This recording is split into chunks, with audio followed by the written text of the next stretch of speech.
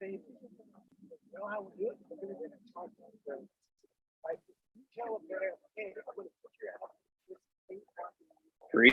two, one. Grace can heal the world. And today, the Supreme Court of these United States gave Americans an open invitation to use grace more effectively. Instead of taking us further into conflict and becoming more susceptible to the algorithm, we are here right now to offer a different kind of response. Welcome to Gracearchy with Jim Babka, sponsored by the Zero Aggression Project, zeroaggressionproject.org. I'm your host, Bill Kratzman, here on the Aho Radio Network. Please let me say right up front that the views we're about to discuss are our own and not those of our employers or sponsors. Jim, it's obvious that the Supremes believe that a woman's legal right to abortion is a decision that's best left to the individual state. Many people argue that overturning federal protection for abortion is a reversal of a woman's right to choose. These positions only feed the conflict machine. What is this zero aggression response? I'm interested in going further than that. I want to go to the Grace response, and I think we need to clarify some things. So we made a very sudden decision to go live here when this came down, and you're traveling at the moment, right? That's right. Yeah, you can see the green behind me. So we're doing this thing a little remote. The audio is going to be a little bit different. We may even have some technical difficulties. We want to warn people about that up front. So thank you for interrupting your travels. I mean, you've even got the nice hat on and everything there. So you bet, man. I'm in this. This is one of the greatest opportunities we've had so far in Gracearchy, and I'm thrilled to be here right now. I really am. So I want to set a goal for us while we're here. I want us to do something really different from what everyone else is going to do. And that is that we yes, we'll talk about the politics of this. Yes, we should talk about the implications of the decision. We probably should share our own personal feelings about the decision. We probably should put all that on the table. But I think that what we need to do is practice what we preach. This is Gracearchy. And there's a concept that we've discussed on this program called the steel man. And the steel man is where you look to each side's best argument and you try to apply that instead of a straw man argument that you can easily tear down. That is the empathetic, gracious approach. But more importantly than that, I want to start off just by saying, Bill, I think this is a moment of incredible, huge cultural opportunity. It will most likely be squandered because this message isn't widespread enough at this juncture. We're only on our 4th episode here. In my email inbox, I've already heard from a pro-life organization that said, we won, but the fight is still going to go on. Now we're going to be engaged in combat in the States and send lawyers, guns, and money, right? I mean, this is where they're going. And then I turned on NBC News and I heard somebody from the pro-abortion side say almost exactly the same thing. We're going to fight this in all the halls that we can possibly fight this. We've got lots of legal avenues to go into. And then the president of the United States was just on air moments before we've come on. He just went off just a few minutes ago, suggesting that he was going to fight this in every way he can. So everybody's operative word right now is fight. And that inherently feels wrong to me. There should be other ways of dealing with the issue that we have in front of us. So go ahead, start firing your most difficult questions at me, but let's not neglect the politics, because I definitely want to talk about this, but let's focus today on what we can do to heal and for cultural repair.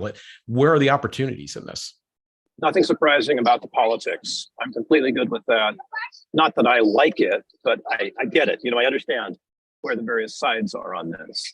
So, but beginning with that, so how do we steel man the two sides' arguments in a way that's skillful? Well, I think they've already done a really good job of making the arguments they think are the best arguments. But I do think we need to be fair even in that, because some of the things that they're saying maybe about one side or the other are not completely accurate.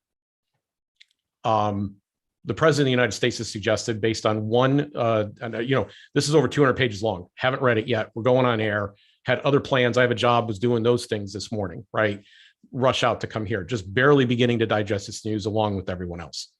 But Clarence Thomas did not, it wrote what was called a concurring opinion. So it was a 6-3 decision, but he had concurrence. And he is the only justice who has raised the issue that other decisions, like the Obergefell decision, having to do with gay marriage, contraception decisions, which preceded, by the way, built up to Roe v. Wade, should also be on the table because they were based on nearly identical grounds as Roe was. The majority opinion written by Alito and signed on to by 4 other justices, including the chief, explicitly, as I understand it, said that they will not be taking on these issues. They're not interested. They're not going to take up these issues. Those issues are settled. This issue is different because there is a belief on the pro-life side that life is at stake, that there's a human being there. We could discuss what is or isn't a human being. I think that's a valid question. It's something that should have been discussed more previously. And one of the potential benefits of a situation that we're in now is that maybe we can begin having those discussions, like in earnest and for real, because nobody's done our homework for us. The Supreme Court's been doing our homework for the last 50 years. But there is a lot of women in this country have had abortions. I mean, a really high number of people have had them. And whatever their feelings are after the fact, because I know that there's some division on that. Some have regret and others, this is just something I felt I needed to do at the time. It is the case that a lot of women in that situation have felt the need to avail themselves of those services. And to the degree that they are being endangered by whatever laws that are going to come down, where they won't be able to get access to the medical services they need, or they're forced to carry a child to term that they didn't in any way invite, such as rape, incest, whatever. With the life of the mothers at stake, because there are a couple states that didn't actually make sure that they took that off the table, make sure that that was protected, where their doctors advising it for other very serious medical reasons. I mean, I think that there is clearly a situation here where some degree of abortion has to remain legal everywhere, regardless. But abortion is not going to be illegal. Almost half the states, it's still going to be legal. You'll still be able to travel and get an abortion. And I think the Republicans or the conservatives or the pro-life community, such as they are, the political aspect of them, will make a huge mistake if they overplay their hand in this decision. If they start raiding clinics, if they start charging abortion doctors retroactively, if they decide to try the very unconstitutional gambit of saying you can't cross a state line to go get an abortion, or receive funds from outside the state to travel across those lines, or all the other various things that are going to happen. If they do that, I think that's going to be a tremendous overplaying of their hand in this situation. It will not be the gracious response. And I think each one of those sides has to take stock of what their goals are right now. What are they really trying to accomplish? I got to confess here, I'm glad that we're at this juncture for all the reasons that you just mentioned. And I'm concerned that we won't take this opportunity skillfully and that we'll just turn it into more conflict.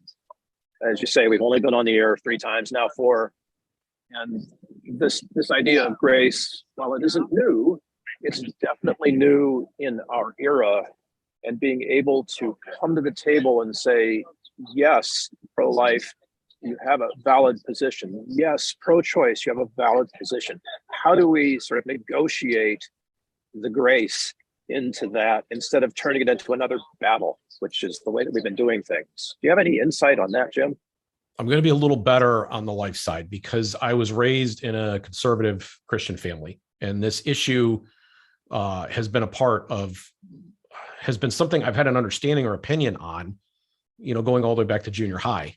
So, I was in junior high in the early 80s and graduated from high school in the mid 80s. So now everybody knows my age now. You can do the math.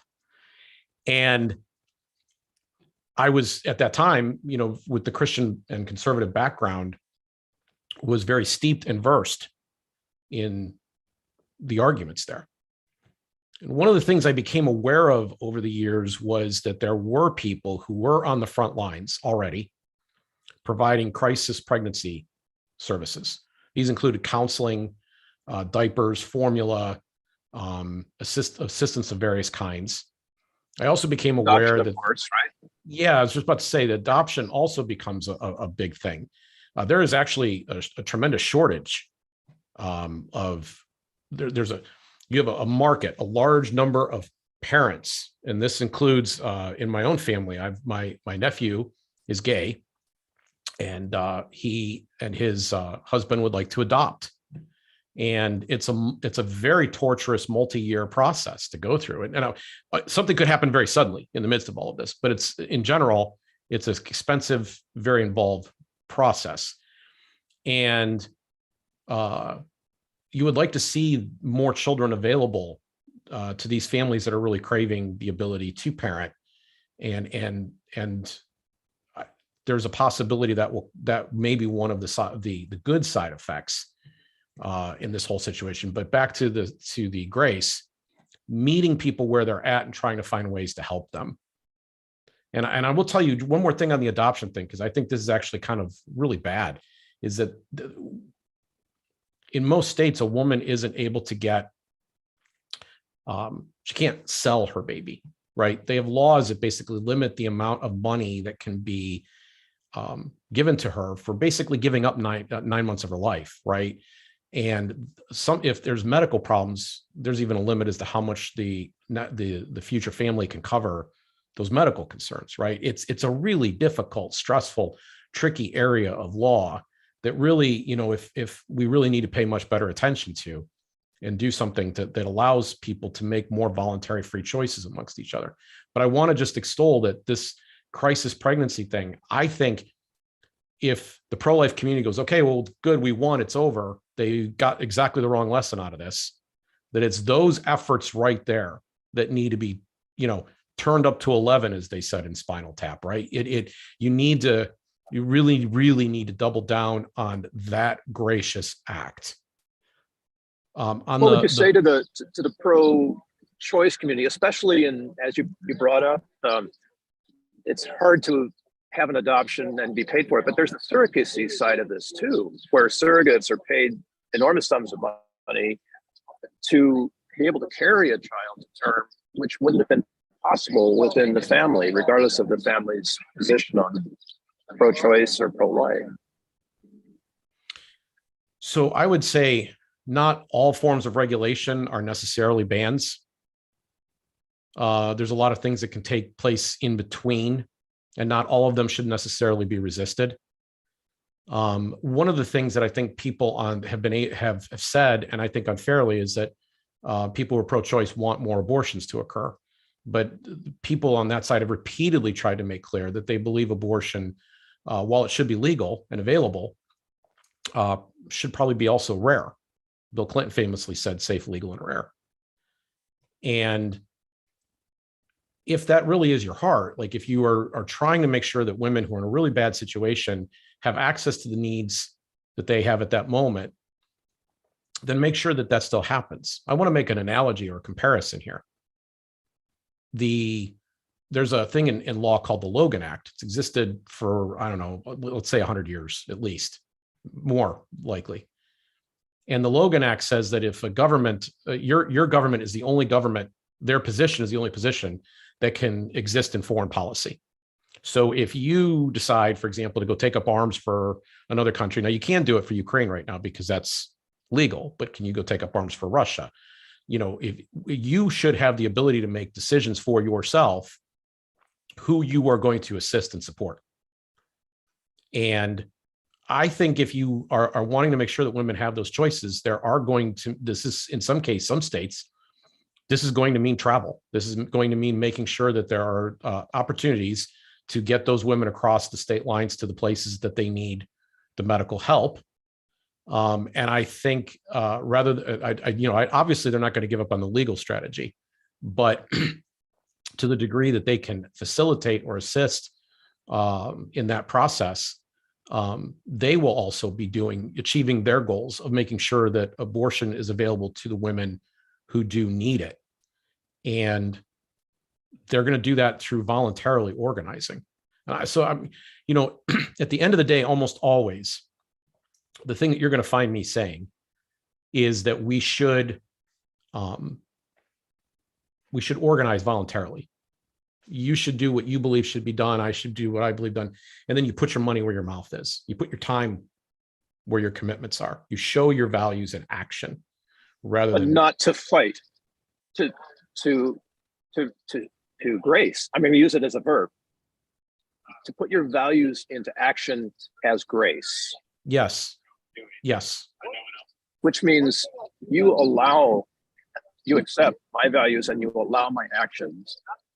And I do the same for you. Yes. Now, I want to say, we need to talk about the constitutional aspects of this here. I want to say that there is one way in which this decision was completely right. And to me, this should be incontrovertible.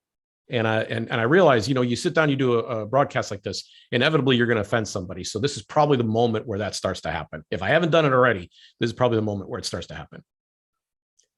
Murder, rape, incest, burglary, vandalism, all of these things are state level issues in our system of government. And the system of government was designed in a federalist structure where the issues were to be handled at the most local or subsidiary level possible, right? This was not supposed to be a government where everything was planned and done in Washington, D.C. And Roe v. Wade, what it has done, whether you go ahead and disagree with me, everybody's going to, has basically made it so that we can't have a conversation in our 50 laboratories of democracy around the country. So could you expand on that? Because this is so key here. So what I heard you say was that Roe v. Wade took the conversation away from us as local communities and basically just ended it. Yeah. Oh yeah. It effectively ended it. There was only one side that had the final say. They always had the final say in this matter, and they won't enjoy that position anymore. And I see costs in that, as obviously they do, right? But this now means that we have a chance to grow up. We've had 50 years where we didn't have to have this discussion. And I think when societies are not engaging in these moral questions with each other, when we're not talking, we get sclerotic. We get morally kind of weak. If your position's moral, if you believe your position is the good, and I'm talking to both sides here, then you should be prepared to have that discussion. You should be able to do it in calm, rational tones, because you're right. You don't have to shout. You don't have to force. You don't have to coerce. You can get your position across that way. Now, I'm saying this to both the newly now exposed pro-choice position, right? This is fresh territory for them, and the pro-lifers who are now feeling like they have the upper hand. The worst thing that we could do is continue to make this thing more politicized. What should start to be happening now is each community, and in this case, in our country, the way our government works is going to be done at the state level, although there is a local aspect to this, but it's going to be done at the state level for the most part in terms of what the laws are going to be, that they should be having these discussions. And then what's going to happen, because humans have to learn by experience and slow, and often, unfortunately, the hard way, is that we get to see the results of the various experiments that are going on in the country. But what I predict is where you see the most force being applied against abortion, you will see other things creep into the cultures there that are bad for those cultures. You'll see other side effects that will happen that will not be good for them. It is not, to me, universally obvious that the number one issue on the table is the abortion act itself. It is how the community is dealing with the issues surrounding life in the first place. And if your method is coercive force, if you're going to twist people's arms, or worse, throw them into prison for disagreeing with you, I think you're going to have some other side effect issues that are going to harm your culture. That doesn't sound like grace to me. I've already started to hear this argument since the leak came out, mostly from conservatives who say, well, abortion just isn't that big of an issue the way it was 50 years ago. Elaborate on that a little bit. I want to make sure I'm answering your. Yeah, well, this is coming, of course, from a political place. Someone who is running for office as conservative is able to take advantage of the fact that we've never, we've never had to have the conversation, and so it isn't as relevant as it used to be. You're 100% right, and this is the perfect segue to get into the political aspect. So I'm sitting here in June of 2022. We have midterm elections coming up in November, and if the elections were to have happened yesterday or this past Tuesday, right? If they were to happen this past Tuesday, the Republicans would have routed the Democrats. This is not only the perceived wisdom, this is as obvious as the nose on your face. Few elections are as obvious as what was coming down the pike here. They're in deep trouble for a number of reasons. But I had already posited, I had said this on Gary Nolan's show when I was on there, that I think there's a distinct possibility that this issue would loom large enough that it could impact the Republicans' electoral success in the fall. This is brand new territory for the pro-life side. And you know what? Good, because they've been able to defer this issue to the courts all along. Both sides have been able to be lazy intellectually, lazy in having these discussions. And it's interesting because if you take this issue, if we go back to the cultural situation, and you take this issue as it's happening right in our culture over the last 49 years, the Christian right was largely built on the house of this. Abortion, historically speaking, was a Catholic issue. The idea that Protestants, this is going to shock the Protestants right now. You know, you grew up in a Baptist church like I did. You don't know any of this history, but it was not a deal for them. Nobody was taking a strong position on this. And even after Roe v. Wade happened, it took all the way until 1979 for the moral majority to get formed. This just wasn't really on the radar.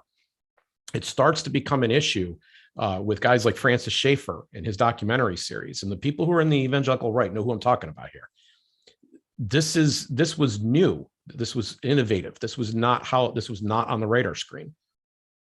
But with Roe v. Wade, all of the candidates that they've been supporting all these years, all they had to do is say that they were pro-life and be done. And they didn't really have to pay much consequence for that because the other side wasn't concerned about it because the Supreme Court was holding up their right. So we are in brand new territory here where they're going to be forced to talk. Now, my hopes, honestly, are not very high that they're going to talk in a way that's positive and affirming and forgiving and tolerant and even more important, even more for our purposes, gracious. They're not going to be understanding and empathetic. They're going to be combative. They're going to look for the fight that they can have. But this is an opportunity then even in that area. And the one thing that you can say is that this is happening all the way in June, and June to November is an eternity in politics. A lot can happen between then, and this issue can get dropped and forgotten. But it's a real possibility that this is a live issue, and how they play their cards, even over the next few months, could really play into the hands of the Democrats. If they want to go the coercive force route, if they want to show and flex all of their muscle, they want to be as brutal as they can possibly be on this question. I do think they're going to keep this story alive, and it's going to cost them their hopes in the fall. So it is to the pro-life side's benefit right now. For one, for them to not overplay their hand for political reasons, but two, for long-term cultural reasons. If you care about the health of the country, to try to find ways to double down on grace, to try to find ways now that women who are seeking abortion, you're going to be even more readily available to help them. And we're going to do more to make sure that children find homes where they're wanted. This whole thing of caring for the health of the country, the cultural health of the country, is something that is so far off the radar. Well, it's just gotten further and further in my own lifetime. The divide and the political angst and all of that. If abortion and whether or not it can be legalized state by state gets resolved, that's fine. But I think the bigger picture here is the one that you and I have spoken about so many times, which is how is it that we can recombine ourselves as Americans rather than as pro-choice Americans or pro-life Americans or blue or red Americans or whatever.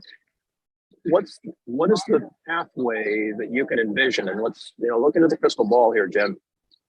and I know how you're going to answer this because both of us, both Jim and I, share a belief in libertarian principles that unite rather than divide. And even in the Libertarian Party, as we know, it's fractured right now. So we have this opportunity that exists far beyond the politics of the thing to find each other again as human beings. How would you suggest that we approach that using this decision by the Supreme Court as a lever? So I have friends who are excited by today's decision. They're stimulated and invigorated.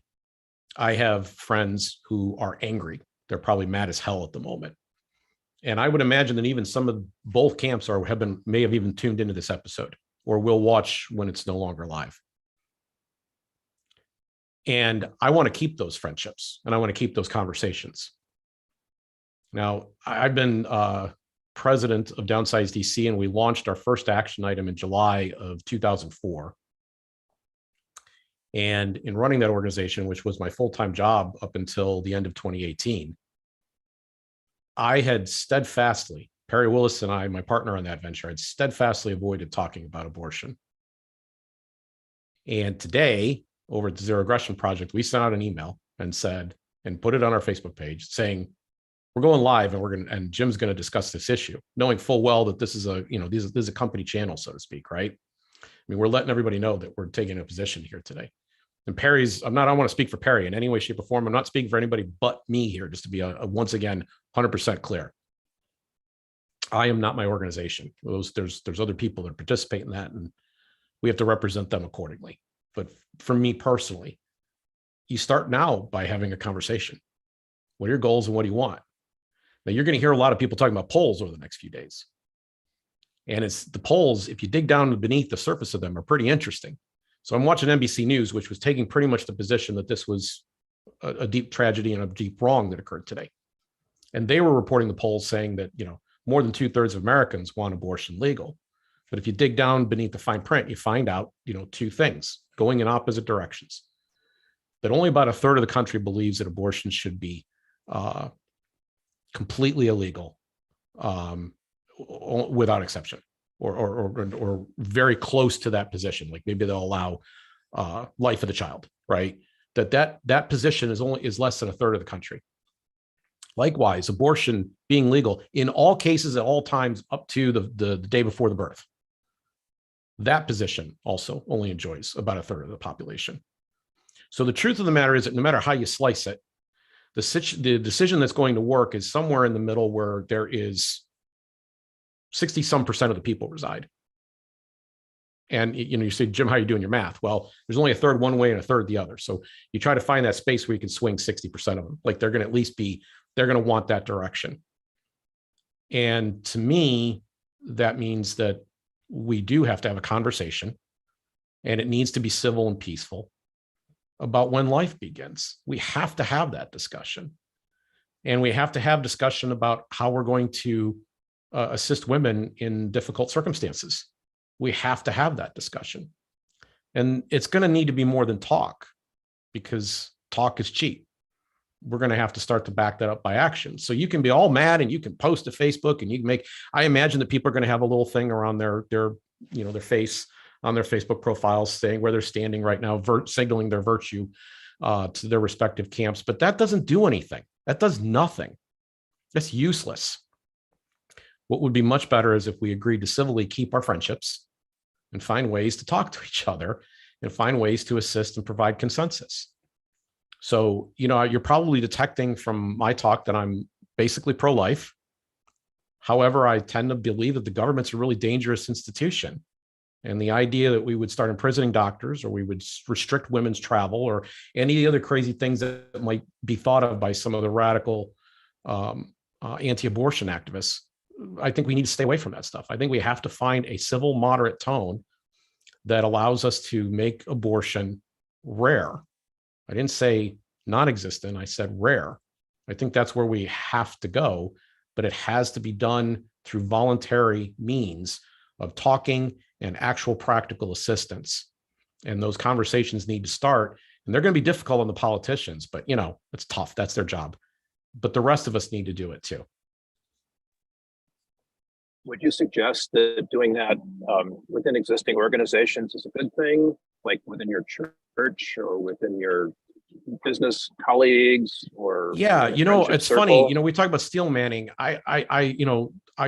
The tradition that I grew up in, which I'm no longer a part of, was more evangelical.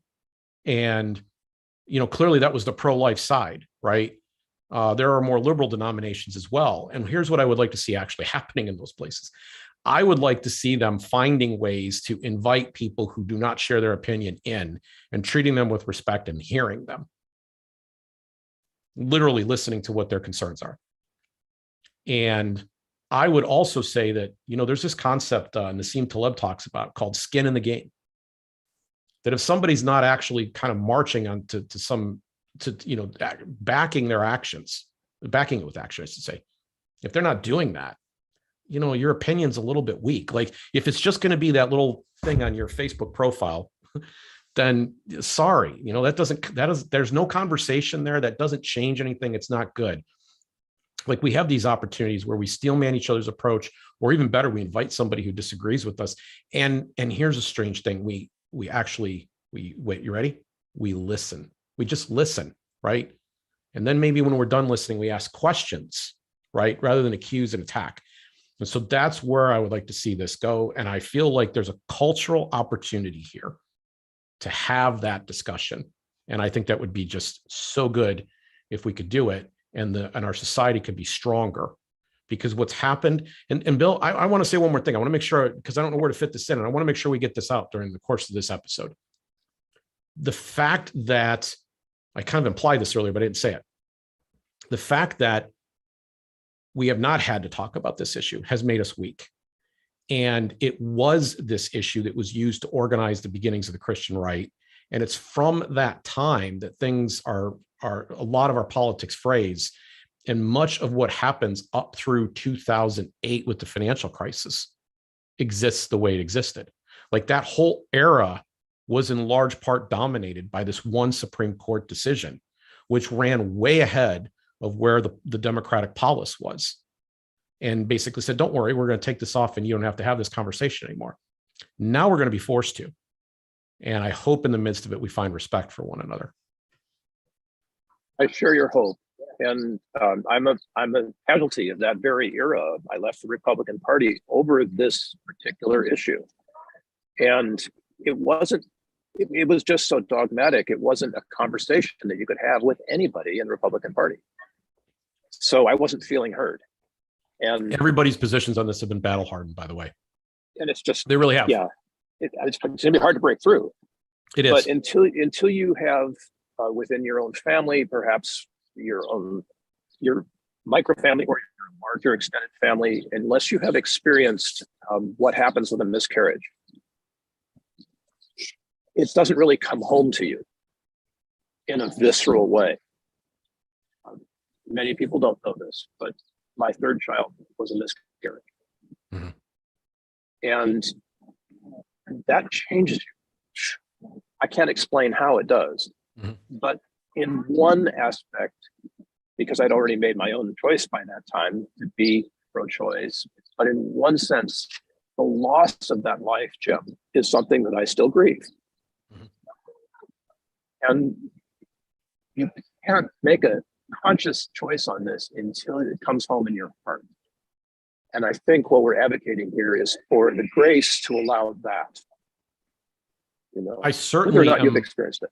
Yeah, I certainly am advocating empathy. I always am. I think it's important to know people and their positions. And you're touching on something on the other side of this as well, where there is a life position that essentially argues about regret over abortion. There are women who've had abortion that regret it. I just think everybody needs to be listened to and everybody needs to be valued. And I think it's hard for pro-life people to imagine someone, you know, making this decision, but instead of condemning it, how do you move in love and assist? And that's why I'm extolling the virtue of like these crisis pregnancy centers. I think that this is really, really something that this should go into overdrive right now. Like the money today, all this money that's been spent politically now should be poured into that. Stop worrying about the politics. Take that off the table Start pouring it now into, because literally, it took mere minutes. So that means that this organization already had it written. This Ovid, pro-life, no abortion, anti-abortion, really, we should call it anti-abortion advocacy group. They want to fight. They're ready for the next fight. They should see their funding decline, honestly, in favor of doing things now to assist the women who will not have access to abortion services. Put your faith to that test, put it to work in that way, and see if you can rescue lives, if that's what you believe needs to be done, as opposed to relying on your politicians to do it for you. Amen. I don't know if there's any more I can add to this. Is there anything that's occurring to you as we've sort of spoken here and you summarized that you want to throw in as a final? I'm sure that people are going to have questions and comments about what it is we said, and they can shoot those questions to us either here on YouTube, or they can respond to the newsletter that we send out at the Zero Aggression Project, because I will answer in both places. Some of you even know how to contact me personally, but we will be happy to entertain those comments and questions, or where you think we put the emphasis in the wrong syllable, so to speak. Right? We want to make sure that that we're part of the dialogue. We want to make sure that we're talking with love, with grace. So my grace point today is that I think it's time for us to have a healthy dialogue that we've been impaired from having for 50 years because the question was settled. It's not settled anymore. So now you have to brush up your arguments, but now you're going to have to do something that you haven't had to do before, which is you're going to have to deliver those arguments in a way that they're actually going to be heard and appreciated by people who don't necessarily agree with you. And you haven't had to do that before, so you're going to have to sharpen your skills, and that's going to require you to listen to. You are going to have to listen in order to be heard. And that's the way I would prefer to see this addressed. I really would like this question to come off politicians' plate completely, and no longer really determine what the political divide is in this country, because it's played a large role in how the political divide was up to this point. And if we can put this issue aside now, and we can start to deal with this, not on the federal level anymore, but on the state level, then I think there's a potential for that to be more healthy. It definitely is the legal approach. There was no federal spelled out right to abortion before. This was supposed to be a state level question for us to handle. And I just want to draw one more line underneath this idea that we will see differences in states based on how they handle it. And I really would like the scholars just to observe and study and figure out and report back to us what effects they believe each direction seemed to be having on the respective states that pursued those paths. And then finally, I want to just throw out a caution that the pro-life side, you won. This is a battle you've been waging and waiting to win for 49 years or a bit less, because it really wasn't the battle until like 1979. Don't overplay your hand. Don't overplay your hand. Try to find ways to rescue, as opposed to using this new tool to bludgeon your opponents in every brutal way you can think of. Don't do that. I mean, even if you feel you're justified, you're gonna set the country back, and you're going to maybe even set your movement back. So do the right thing here. Be gracious in victory. Yeah. Right now, you've got me grateful for two things. First, I'm glad that leak happened and gave us a little time, soften up on our responses and maybe have a response now that's a bit more skillful. And second, I'm so grateful we've had this opportunity to voice a response that turns away from aggression and conflict and more towards our shared humanity. Yep. I want to thank you just for your courage to walk this path together. And when you comment on this topic, folks, when you're listening, please do so in the spirit of grace. It's not about judgment or opinion. It's about what we do that resolves conflict in favor of grace. Mm-hmm. That's the best way we know to implement this government by grace that we're calling Gracearchy. Thank you for listening, everyone. Aho.